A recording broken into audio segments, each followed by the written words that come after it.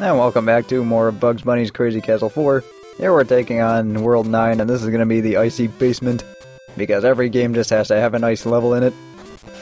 Anyway, what we're doing now is, the game really turns up the difficulty here, because it sends a lot more enemies after you, especially coyotes.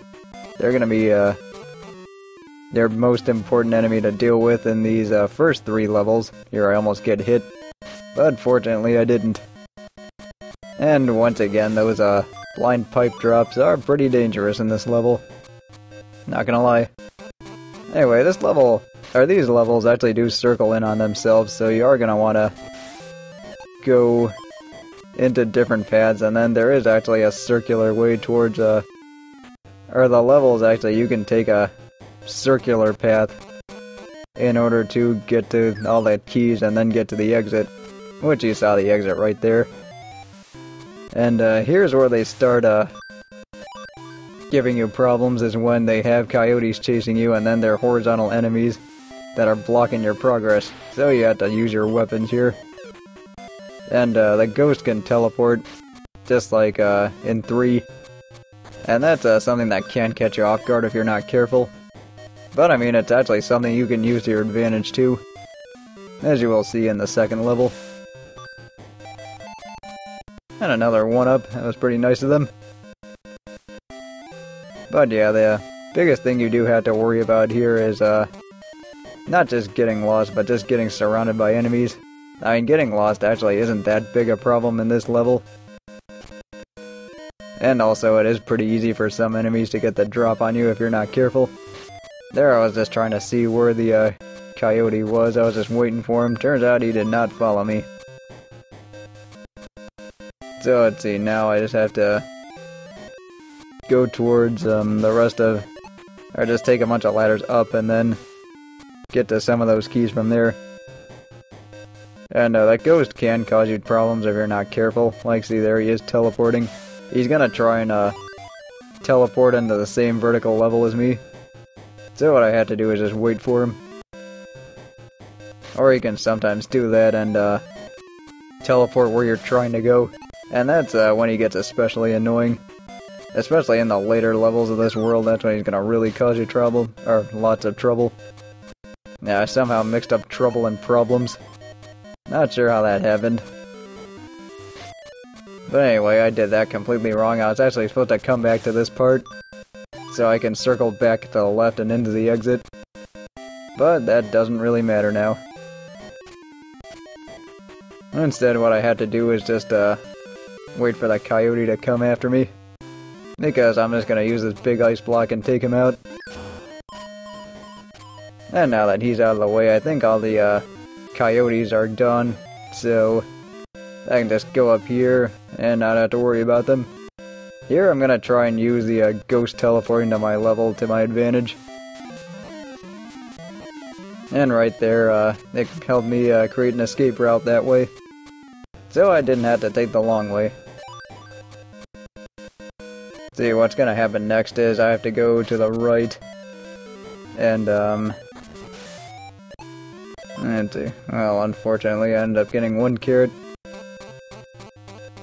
And what's important here is that you use the pipes to your advantage, and you do have to use the pipes in order to get to most of the areas where the keys are. And just like all the other worlds, I mean, it starts off easy, but then it gets harder as it goes on. And this one is going to be 6 levels, so I'm going to try and get the recording done tonight. Well, if I can. But anyway, now that I've gotten all 8 keys, I just need to take the pipe down. So now that the level's going to circle in on itself, that other pipe goes all the way here, just in case you wanted to know. But what I have to do is just go over here and just go up in order to get to the exit. And there it is right there.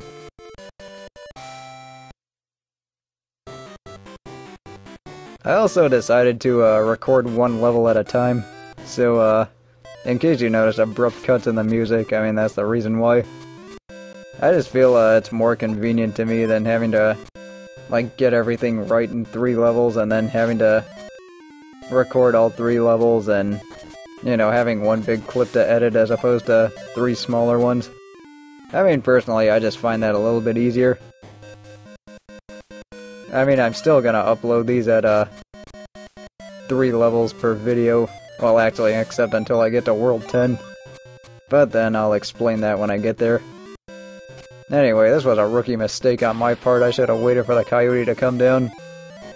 But I did not. Fortunately, though, they do give you plenty of weapons to bail you out in case you end up getting in trouble. And that is something I am going to have to get better at as this world goes on, because it does get pretty tough. As I mentioned about 3 or 4 times already. And those ghosts just wander back and forth. They're basically the same thing as Pepe Le Pew. I mean, it's not like that one does anything special or anything. Here, I just have to wait for the coyote and take the door. And those blocks you're going to need hammers to break. And that's gonna come into play as this world goes on. And let's see, what I need to do here is just go across these and get all the doors. They do give you plenty of balloon bombs in this one. I mean, I find that that's your primary weapon in this world. So, just gonna have to navigate that way. Here I'm probably gonna have to wait for the coyote just to come down and get me. And with that ice, you slip and you can't move until you end up hitting more solid ground. They do the same thing in Catherine, except that they don't have any, or in this case they don't have any ice that leads you right into a pit and into your doom. That actually would have been a lot more interesting if they did, even though I have no idea how they would have programmed that, but yeah, well, just my opinion. Anyway, that's your de facto trampoline for this world. Whenever you see one of those, it's just gonna propel you up. So all I had to do is just slip across here and get to these next doors. Fortunately, the coyotes weren't all that aggressive in coming after me in this stage. I mean, they did decide to bunch up, so at least I made things a little bit easier. Just in case you did end up getting hit early on. That's some help for you. And see, right here, after this, I'm gonna have to go back down and take the pipe. Because using the pipe's actually the only way to get to this area. And, so you might as well just shoot down Elmer Fudd while I can. Here I think I am being smart. Except I once again forget that, the coyote decides to go closer to my vertical level and away from me. And once again, I mean, I've been playing this game for how long and I still haven't figured that out yet. And just might as well get rid of one coyote while I can. Unfortunately, I wasn't able to get rid of this one with the ice block, so I decided to make a run for it. And it worked out for me. And, see, the fake treasure chests aren't really gonna be that big a problem in this one. Also, it is better if you drop down away from Elmer Fudd, just because you don't want him shooting you by surprise. And especially since he can be so far away, it's actually really easy to get caught off guard by Elmer Fudd here. And, let's see, this is not number 8. No, why do you have to be here? I have shown no competency in controlling this thing, and I am still having a lot of trouble with it. Then again, it makes me wish it was kind of like the other games where you can hold up and then move that way. But I mean, that's something they actually tightened up in this game, which I actually do appreciate in hindsight. Here I just forget where the exit was, and it turns out I had to go up and to the right, so I just had to take the pipe back up. And yeah, all I have to do is just take these ladders and get to the exit.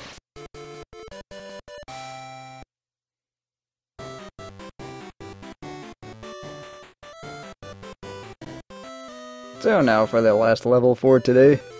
And this is another one where they throw a bunch of enemies at you right away. And, yeah, I mean, what you do have to worry about here is just, there are gonna be a lot of coyotes chasing you. There's also gonna be a lot of stuff blocking your way. And, this is actually another one you can get by pretty easily without any hammers or anything. Here, I'm just waiting for these guys. And yeah, that's just what I needed to do.